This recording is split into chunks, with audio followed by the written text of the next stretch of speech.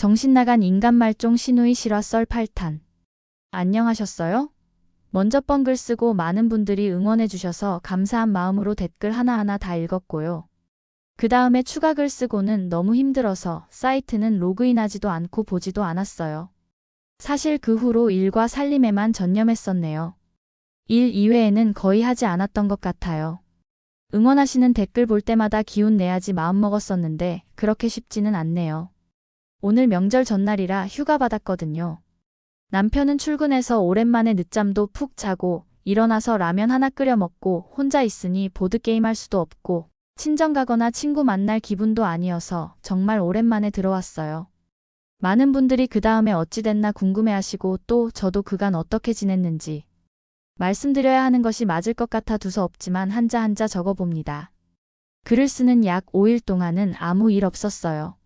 제가 조금 힘들어서 축 처져 있을 때마다 남편이 앞에서 재롱도 부리고 애교도 부리고 많이 웃게 해줘서 풀렸거든요. 그날 남편이 친구들이 보자고 한다고 치킨 먹으러 간 저녁 때 빼고는 항상 퇴근하자마자 와서는 밥상도 차려주고 청소도 대신해주고 목욕도 시켜주고 했어요. 정말 제 기분 맞춰주려고 많이 노력하고 일부러 신우의 시자도 안 꺼내더라고요. 마지막 글을 쓰고 며칠 뒤에인가 남편이 밥을 먹는데 그러더라고요. 혹시 사이트에 글 썼냐고요. 거짓말할 필요는 없으니까 그렇다고 했어요. 제가 먼저 최대한 신우나 오빠가 어떤 사람인지는 알지 못하게 쓰려고 노력했다고 불쾌하거나 속상했으면 미안하다고 했어요. 남편도 처음엔 몰랐다가 어느 날 남편 회사 여직원이 요새 사이트에 인간 말종 신우이 있는데 보는 내내 쏙 터지면서도 재밌다 뭐 그랬대요. 한번 보라고. 그러다가 직원들끼리 다 보게 됐다고. 남편 말이 사람들이 보면서도 헐 말도 안 돼. 실제 있는 일이 아냐? 자작 같아. 이러는데 사실 우리 와이프고 제가 그런 망할 동생 둔 남편입니다. 할 수가 없더래요. 그래서 아 그러게요. 하하 하면서 어색하게 맞장구만 쳐주고 말았대요. 남편 입장에서는 제가 일기처럼 썼던 글들을 보고 정말 제 솔직한 마음을 알게 되어서 더 미안하다고 하더라고요. 한 번도 들으려고 하지 않았던 자신도 미안하다면서요. 아, 그리고 우리 남편이 예전에 제가 신우한테 미친년이라고 욕했다는 것에 대해서 사람들도 남편이 저건 심했다. 욕할 만한 짓을 했는데 왜 와이프한테 뭐라고 해? 라고 댓글 보고 나선 혼자 소심해졌더라고요. 그 얘기하면서 다음부터 그러지 않겠다고 정말 미안하다고 하더라고요. 아, 그리고요. 저도 깜짝 놀라긴 했는데 자신이 신우이다 라고 하면서 쓴 글 있잖아요. 어떤 분이 심심해서 장난치신 것 같은데 신우 아닙니다. 신우는 아직도 몰라요. 컴퓨터 할 시간보다 놀러 다닐 시간이 많은 사람이고 말씀드렸지만 주위에서 신우가 정말 그런 사람일 거라고 절대 생각하지도 않을 거예요. 그분이 쓰신 글 봤는데 회사, 친구 모두 연락 안 된다고 했죠? 미안하지만 신우는 아직도 회사도 잘 다니고 친구들도 잘 만나고 다닙니다. 올해 안으로 시집 가겠다고 선보러 다닌다고 하더라고요. 그리고 아마 친구들 잘 만난다고 하니까 의아해하시는 분들이 있을 거라 예상됩니다. 그때 저한테 그런 모욕적인 말을 했을 때 옆에서 같이 들었던 친구한테 어떻게 구워 삶았는지 모르지만 여전히 아직도 친구들과의 관계는 문제없는 것 같아요. 퇴근하고도 친구랑 노느라 늦었다. 주말에도 친구 만나러 간다 하는 것 보니까 거짓말이든 아니든 표면적으로는 친구 관계에서의 이상은 없는 것 같아요. 그리고 친구들이 고등학교 때 친구만 있는 건 아니잖아요. 대학 친구, 동아리 친구, 클래스 친구, 친구의 친구들 기타 등등. 원체 많으니 전 신경 안 쓰고 있습니다. 아무튼 남편이 제 글을 보고는 정말 아기 가지기 전까지 반드시 해결해야겠다 결심했어요. 그전에도 결심은 했지만 진짜 제 심정을 하나하나 보고 신우를 정신병까지 취급하는 댓글들을 보고는 정말 이렇게 가만히 앉아서 보고 있을 일은 아니겠다 생각했나 봐요. 먼저 저는 핸드폰 번호를 바꾸었습니다. 친정이나 친구들에게는 대충 둘러대고 번호를 알려줬어요. 아예 신우와의 연락을 차단해야겠다고 생각을 했죠. 그리고 사건이 터졌던 새해 날, 그 다음 주 주말에 신우가 없는 틈을 타서 신랑이 혼자 시부모님께 찾아가서 전부 말씀을 드렸습니다. 이러한 일이 있었고 그래서 너무 힘든 상태다. 신우 때문에 아기도 못 가질 판이다. 정말 적나라하게 말씀을 드렸대요. 한참을 듣던 시어머님은 말도 안 되는 일이라며 손사래를 치다가도 먼 하늘만 보셨고 시아버님께서는 당신이 헛사셨다며 망할 자식을 키웠다고 울분을 토하셨대요. 그렇게 한참을 생각하시고는 이번 명절 때 차라리 신우를 어디 여행을 보내버리고 부모님, 저랑 남편 이렇게 넷이서만 오손도손 맛있는 것 먹고 놀다가 신우 얘기 좀 다시 한번 꺼내보자고 하셨고요. 만약에 신우가 안 가겠다고 하면 저희 부부가 다녀오라고 하시더라고요. 아무리 생각해도 신우랑 제가 한 곳에 있는 건 안 되겠다고 생각하셨대요. 아버님께서는 정신병원에 보내자고 하셨는데 어머님은 그 말씀에 기어이 울음을 터뜨리셨대요. 당연히 미우나 고우나 품 안의 자식이고 멀쩡히 나가서 사회생활도 할 수 있는 사람인데 정신과 치료를 받아야 한다니 그저 황망하고 답답하신 거죠. 그리고 나선 며칠 후였습니다. 평일이었고 저랑 신랑은 퇴근하고 저녁 먹을 것도 없고 오랜만에 치킨이나 먹을까 해서 집 근처 호프집을 갔어요. 그동안의 회사 얘기, 친구 얘기하면서 시간 가는 줄 모르고 떠들었죠. 그리고 남편은 어차피 연락 올 데도 없고 집 앞이니까 핸드폰을 두고 왔었어요. 그렇게 밤 12시가 넘어서야 집으로 왔는데 세상에나 집 앞에서 신우가 술이 떡이 돼서는 푹 주저앉아서 자고 있더라고요.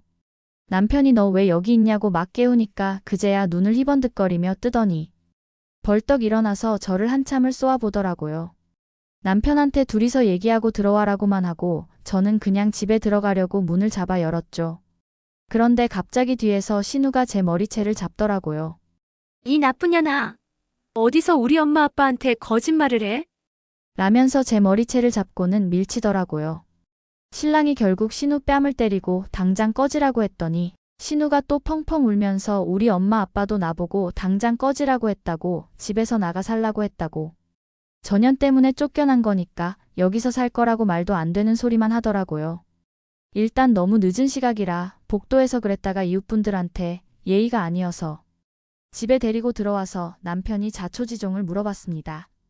저는 그 꼴도 보기 싫어 그냥 방에 들어와 침대에 가만히 앉아 있었고요. 사연을 들어보니 그날 아침에 신우가 출근 준비하는데 시어머님이 돈 줄 테니 이번 명절 때는 어디 여행 좀 다녀오라고 하셨대요. 처음에 앞뒤 사정도 모르던 신우는 돈 준다는 말에 입이 해벌쭉 벌어져서 다녀오겠다고 혼자 어디 갈까 막 들떠 있었대요. 시간이 촉박하니 해외는 힘들고 부산이나 제주도 갔다 올까 하는데 부산이란 말에 저희 얘기가 생각나신 시아버지께서 너 일전에 친구들이랑 여행 간다고 하면서 오빠네 부부 여행 간 부산에 갔다면서? 라고 말씀하신 거예요. 신우가 깜짝 놀라서 그게 무슨 소리냐, 누가 그랬냐 했는데 부모님이 여행 다녀오라는 이유도 모르면서 해벌쭉 신이 난 신우가 철이 없는 게 싫으셨던 거예요. 신우 하나 때문에 한 가족이 모두 즐겁게 지낼 명절이 망쳐진 것 같으니 얼마나 기분이 나쁘셨겠어요. 나 명절 때 같이 있으면 안 돼? 이 말 한마디도 없이 갈래 얼마 줄 거야? 하는 신우가 괘씸하셨으니 아버님이 결국 폭발해버리신 거예요. 그래서 신우에게 네가 아주 할 소리가 없어서 어떡해. 오빠네 부부한테 병신 같은 애나 낳으라고 했냐면서 진짜 너 같은 자식 두고 후회한다고 다시는 내 눈앞에 나타나지 말라. 이 집에서도 당장 나가고 다시는 들어오지 말라고 막 고함을 치셨나 봐요. 상황이 어떻게 돌아가는지도 모른 채 신우는 그대로 쫓겨나 버렸어요. 회사에서 일하는데도 부글부글 끓어오르는 건 삭혀지지도 않고 저한테 전화를 해도 없는 번호라고만 하니 더 열이 받은 거죠. 퇴근하고 혼자 어디서 술 몇 병 처먹고 따지려고 우리 집 온 거죠. 오빠는 전화도 안 받지, 문을 두드려도 아무도 없지, 기다리자 하면서 잠들어 버린 거래요. 신우가 도대체 누가 망할 년이냐며 저거 하나 때문에 집안이 풍비박산 나게 생겼다고 고래고래 소리를 지르더라고요.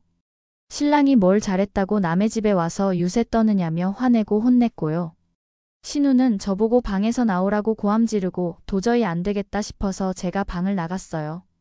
저를 또 보자마자 신우가 득달같이 달려들어와 죽일 듯이 손을 뻗더라고요.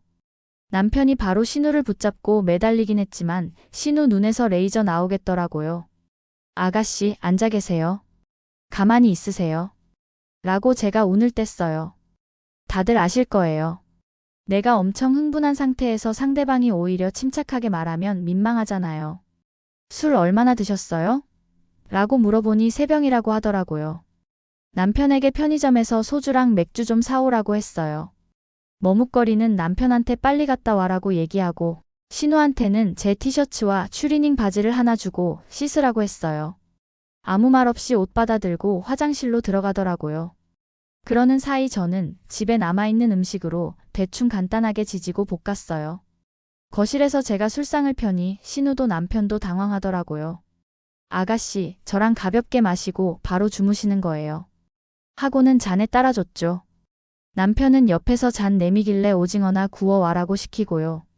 신우가 굉장히 당황한 표정으로 제 술잔을 받고 저도 따라줬어요. 아가씨, 이게 제가 마지막으로 마시는 술이에요. 왜요? 저 아기 가진다고 했잖아요. 아기라는 말에 신우가 표정이 굳더라고요. 아가씨 말대로 제가 장애가 있는 아기를 낳았다고 생각해보세요. 아가씨가 오늘까지 겪었던 일을 생각하시면 부모님께서 그런 아이 낳았으니 이혼해라 하실 것 같으세요? 라고 물으니 얼굴을 도리도리 졌더라고요. 제가 그런 아이를 낳으면 재수 없다 하면서 어디 다른 데 버리고 그럴 것 같으세요? 아가씨가 보셨을 때 제가 그렇게 무책임한 사람인가요? 또 도리도리 얼굴을 졌더라고요. 맞아요, 아가씨. 저는 어떤 아이가 태어나도 사랑하고 아껴주고 예뻐해줄 자신감이 있어요. 또 그런 책임감이 있으니 아이를 가지겠다고 생각을 한 거고요. 오빠랑 결혼을 결심한 것도 사랑하니까, 그리고 또 예쁜 아이를 낳아서 함께 행복한 가정을 꾸려야지 라는 욕심도 있고 마음이 있어서예요. 누구나 아들 키우고 싶어, 딸 가지고 싶어 하면서 얘기하지만 장애가 있는 아이를 낳고 싶어 하는 사람은 없어요. 그런데 그런 아이를 낳으라고 말하면 그 사람을 보는 제 기분은 어떨까요? 아가씨가 아무 말 없이 술잔만 들이키더라고요. 아가씨, 부모님께서는 너무 속상하신 거예요. 아가씨가 어떤 사람이어도 사랑하고 아껴주고 예뻐해줄 자신감이 있으신 아가씨의 부모님이신데 자꾸 남에게 상처 주는 말을 하고 미워하니까 어떻게 해야 할지 모르시는 거예요. 처음에 태어난 아가씨를 보셨을 때 꼭 예쁘게 키워야지 라는 자신감과 책임감이 있으셨지만, 그리고 그렇게 예쁘고 똑똑한 아가씨가 오빠의 부인을 너무 미워하고 상처 주는 말을 하는 것을 보고 있자니 그 자신감과 책임감을 점점 잃어버리시는 거예요. 4~5살 난 아기가 아니라 다 큰 성인이잖아요. 그러니 더 속상하신 거고요. 그때도 말했잖아요. 다들 언니 편인 것이 싫었다고요. 맞아요. 저라도 아가씨랑 입장 바꿔서 생각하면 당연히 샘나고 질투가 날 거예요. 하지만 만약에요. 아가씨가 오빠보다 먼저 결혼했는데 오빠가 지금의 아가씨처럼 왜 나 버리고 결혼했어? 내가 좋아 걔가 좋아? 엉엉 울면서 매달린다면 어떠실 것 같아요? 갑자기 아가씨가 술이 취해서 그런지 푹 웃으면서 징그러워요 하더라고요. 분위기가 조금씩 좋은 쪽으로 바뀌니까 남편도 괜히 옆에서 피식 웃더라고요. 아가씨가 술 안 마시고 우리 집에 와서 저녁 먹었으면 좋겠어요. 같이 재밌는 영화도 보고 게임도 하고 또 이렇게 술 한잔 하면서 즐겼으면 좋겠어요. 그리고 아가씨가 저한테 뭐라고 할 때마다 저도 똑같이 욕하고 때렸던 것 미안해요. 물론 호칭상으로는 제가 위지만 어쨌든 아가씨가 저보다 언니잖아요. 킁킁거리면서 아무 말이 없더니 술 한잔 또 들이키더라고요. 내일 부모님께 꼭 죄송하다고 하세요. 제 마음 아픈 거야. 아직 어리니까 또 잊고 훌훌 털어낼 수 있지만 부모님은 못 그러세요. 너무 큰 상처세요. 언니 말이 맞아요. 그러자 남편이 신우한테 너도 사과해야지 하더라고요. 제가 괜찮다고 했어요. 사과 들으려고 만든 자리 아니라고. 그저 아가씨도 부모님을 위해서, 우리도 부모님을 위해서 조금 더 신경 쓰고 양보하고 배려했으면 좋겠다고 했어요. 이전처럼 상을 물리고 신우는 거실에서, 저희는 침대에서 잤어요. 다음날 6시 반쯤 일어났는데 신우는 벌써 나가고 없더라고요. 뭐 감동스럽게 이런 걸 다 하면서 드라마에서나 나오는 쪽지도 없었고요.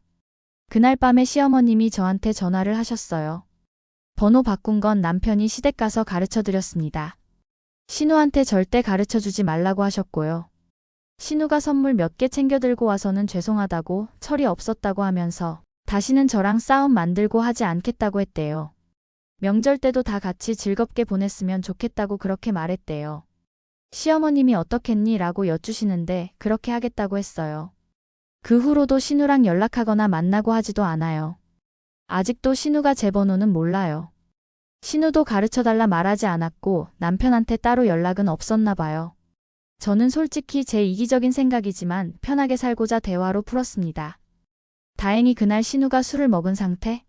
라 얘기는 좀 쉽게 풀렸던 것 같아요. 이제 신우한테 악감정이 없다. 글쎄요, 솔직히 그건 아주 없다고는 못하겠어요. 아직도 그때 일을 생각하면 괜히 호흡이 가빠지고 가슴이 답답해요. 조금씩 이겨내겠죠. 빨리 아이가 생겼으면 좋겠어요. 왠지 봄이 생일인 아이였으면 하는 욕심에 남편이랑 날짜 계산하면서 키득키득 거리고 있어요. 신우랑 다 풀렸다 생각하지도 않아요. 언젠가 또 생각지도 못한 것으로 오해가 생기거나 심기가 틀어지면 발톱을 드러내고 으르렁거리겠죠. 그때는 또 무슨 일이 벌어질지 생각하고 싶지도 않아요.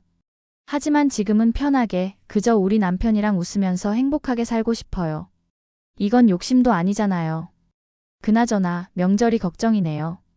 이제 정신 나간? 철부지 아가씨 어떻게 마주해야 하나? 모두 새해 복 많이 받으시고 행복한 명절 되세요.